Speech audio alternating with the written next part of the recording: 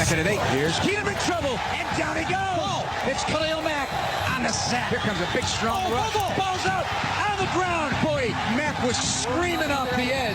Mack being a disruptor again. He's a monster. He's balling this year. He always does. Khalil Mack getting set to face the team that traded him away last season, prior to last season, actually. And here is Mack on this matchup with the Raiders over in London. Khalil, you see, you want to make this just another game, but do you have to repress feelings of kind of vindictiveness and getting back at the Raiders for treating you the way you did, or do you, your heart of hearts, I like that word. In your heart of hearts, do you really feel like it's just another game? That's the whole point, man. You can't play this game with too much emotion, man. Ultimately, I try to stay focused on the task at hand, understanding the situation, understanding what they're going to be thinking I feel. But ultimately, I'm going to go out there and do what I do, and that's play football and love the game that I play. So there might be feelings deep in your heart that you just can't let get to the surface? Is that what Absolutely, absolutely. There's feelings that you suppress, but also it's no big deal to me, man. I'm here.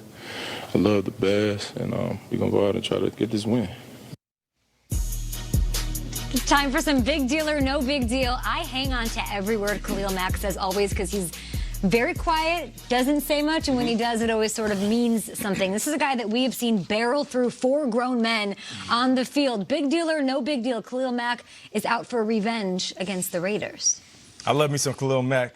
Every time I watch him, he looks like he's something straight out the 80s, Jack. I'm going with the big deal, and I feel like revenge is a dish best served cold. And when you're traded away because the team doesn't want to fully commit to you financially, your heart is cold. Now, I know people are saying, oh, woe is the player that makes $1 million.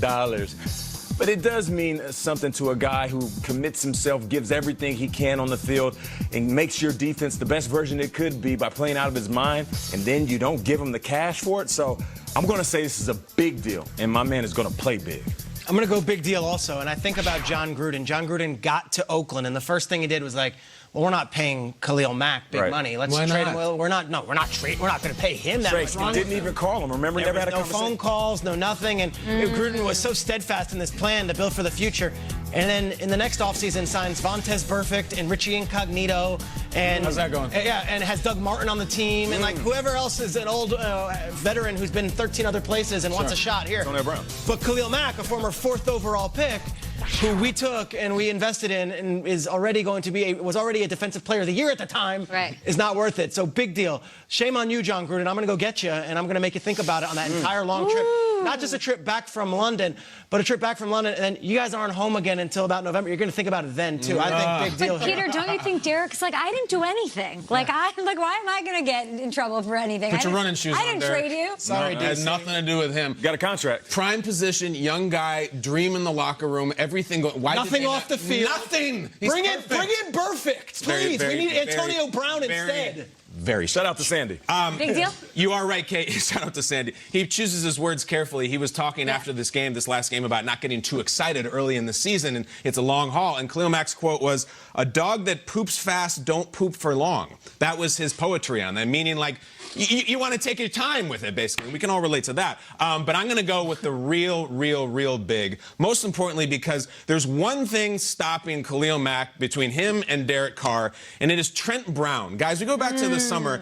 The 3 of you were away. We did a weird Good Morning Football show with me, Tiffany, Mike, D'Angelo, and look how big Trent Brown is. You can tell because Mike, the consummate pro, is putting a finger up to the ceiling because he's tall. He's so tall. 6'8", 380. I love this photo. The highest paid offensive lineman in NFL history. That man between us is the guy who's going to stop Khalil. Is he going to do it? Hell no, he's not going to do it. I don't care if he's 9'5", he's not going to. But I go big. At least they have the largest possible object in front of them as possible. That's true. Knowing what we know about Nagy and what he does at the goal line and how he likes to get guys involved. Remember we read that story about how he goes and he knocks on the defensive guy's door and says, "Hey, Akeem Hicks," and then it's your turn. Your turn to be involved on the offense. Does Nagy give a little something to him at the goal line that would be something. That would London? be great. The Mac package? Oh, that's we've fascinating. Never seen, I want the Mac package. I think they should, Kay. Big Mac package. Do that for him? Yeah, and listen, they're rotating quarterbacks around. Why not? Try it. Oh, he's real crafty at the goal line. Stay tuned for that. Sticking in the NFC North, the Vikings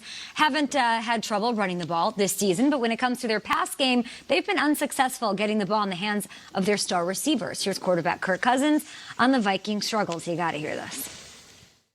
I really want to apologize to him because there's too many opportunities where we could have hit him on Sunday. And post-game, when I talk to the media, I always say, hey, until I watch the film, it's hard for me to really give you a straight answer. Well, now it's Tuesday night. I've watched the film. And the reality is there were opportunities for him. The one that's most obvious is the 3rd and 10 at the beginning of the game. We're near midfield. That's arguably 7 points. If you put the ball where it needs to be, he's shown, number 19 shown that he will make that play. And he'll probably finish the play in the end zone and pull away from the defender. Adam's not just a really good player or one of the best players on the Vikings. He's one of the best players in the NFL, one of the best players in the world, period, regardless of position. And so, we want to, we need to, and when I say we, really, I mean I need to get him more opportunities, get him the football. So that was Kirk Cousins after Adam Thielen talked about getting the ball and throwing the ball deep sometimes. And let's be honest, the numbers for Thielen and Diggs are way down from where they were through the 4 games last season. These are 2,000-yard receivers in an offense that we knew was going to turn and try to establish the run. Big deal or no big deal, it's week 5, and Cousins is already publicly apologizing to his receiving core. I would say big deal. And this is in a good way, though. And I emphasize the deal because Kirk Cousins, he got a big deal, right? Which means the pressure and expectations are high. The 2 wide receivers, Diggs and Thielen, they also got deals. Pressure, expectations are high. But here's the deal. When you're a QB, you always take the blame. You never shift it. And let this be a lesson to some of you young quarterbacks out there. Kyler Murray, early in the season, he came out and said, listen, we all had some mistakes. We all got to be better. Forget the we stuff. The way that Kirk Cousins is handling it, that's the way you handle it as a quarterback. The way that Eli has handled it over his career, that's the way you deal with things. You apologize, you let your playmakers know, I got you. I respect it. I think he made the right move in the public because you don't want to go down a road where you're Roethlisberger saying, I wish I would have thrown it to Juju because AB needs, and then the thing completely comes derailed. We're only in week 5. I will say this. I wonder how Kirk is behind closed doors and if he has any dog in him about, look, I'll get you the ball. Do you know what I was dealing with on Sunday? Let's watch the film. This one where you're wide open, look what I'm doing in the pocket. I'm getting my helmet blasted off by Khalil Mack. I'll get you the ball. Don't worry about it. But publicly, he handled it right. I'm torn on this one because I want it both ways. I want my quarterback to have a dog in him. I want him to be Aaron Rodgers and to never apologize. How dare you question me? I'm Kirk Cousins. I'm the quarterback. Adam Thielen, you're going to go on a post-game press conference in front of reporters and question me? But that's not authentic. That's not who Kirk Cousins is. Right. I always want authenticity. Maybe he hasn't earned that, Schrager. And well, maybe he hasn't.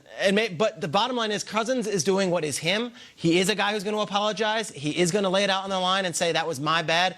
I respect him for it. But the fact that we're in week 5, and already we're down this road with the Vikings offense yet again for what feels like the 10th out of 11th year, whether it be Teddy Bridgewater or Sam Bradford, and here we are again. Already the offense is sputtering. That's a big deal as well. Let's say he handled it well. It's still sort of just a Band-Aid because if this is going to be effective long-term, he's got to actually get them the ball, right? Yeah, no, if he apologizes and says, I need to get them more involved, and he's publicly saying that for everyone to hear, like, okay, squeaky wheel gets the grease. Adam Thielen better ball out this week, right? No doubt about it. Now, offensive line better hold up. They're coming Vikings to at Giants. MetLife to take on the Giants. So Will Selb is out in the newsroom in Culver City this morning with all the headlines. Hey. What's going on? Hey, Will.